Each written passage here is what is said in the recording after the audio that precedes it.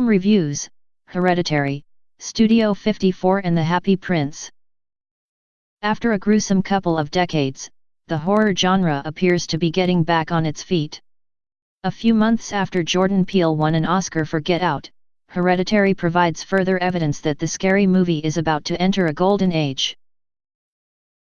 Ari Aster isn't a typical scaremongerer. He has no interest in gruesome torture scenes, masked psychopaths, recently discovered videotapes, jump scares, or ill-advised trips to basements with dodgy electrics. The first-time writer-director is influenced by an older kind of film, the gritty family horror of the late 1960s and early 1970s. Like Roman Polanski's Rosemary's Baby, the chills are put on a very slow boil. Fans of recent horror series like Insidious could find the first half hour of Hereditary excruciatingly slow. Annie, Toni Collette, is an artist who constructs dolls' house-like dioramas of scenes of her own life. Her elderly mother Ellen has just died after spending her final days in Annie's home, and it becomes increasingly clear that the old woman had a very negative effect on her daughter's family. At her funeral, Annie gives a very unusual eulogy describing a secretive, suspicious woman with whom Annie only reconciled in the months before her death. Later, Aster drip feeds more information when Annie shows her own secretive side by lying to her distant shrink husband, Gabriel Byrne, and visits a grief support group instead of going to the movies.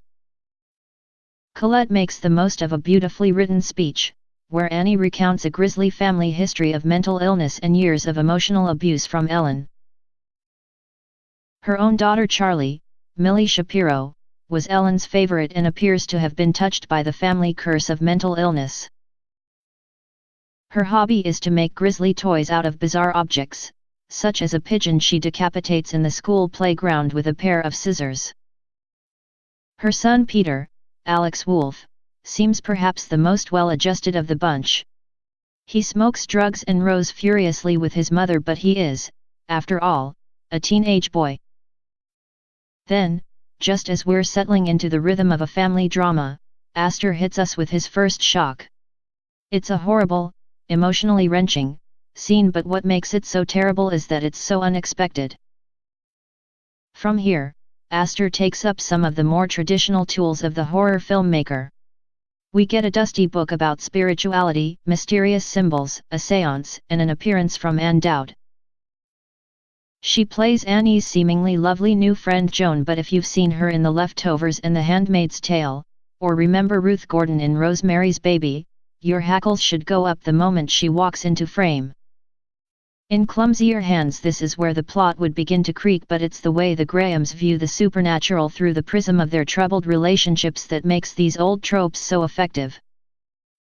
As with Peele's Get Out, Aster can't summon up an ending that's worthy of his clever build-up.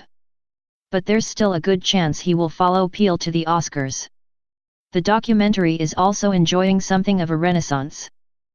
In recent years, filmmakers have mined footage shot on smartphones and home video cameras for insight into the short lives of Amy Winehouse, Alexander McQueen, and Whitney Houston.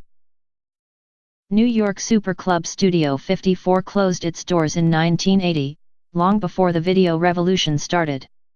After learning what went on in its darker corners, that is probably for the best. Director Matt Tiernaer makes the most of a few snippets of footage shot for news channels to tell the story of the celebrity haunt's meteoric rise and dramatic fall. He discovers that its success was as much down to what went on outside the club as what happened on the dance floor. A brutal door policy ensured there was always a huge crowd on the street for the local news crews to film. The more ruthless the bouncers became, the more desperately people wanted to get in. Archive news footage gives us a sense of the thumping sound system and reveals the former theater's lavish sets. In one delightful piece of footage, we see a healthy-looking Michael Jackson boogieing away like he doesn't have a care in the world. Tiernaer also sits down with Ian Schrager, one of the club's two founders.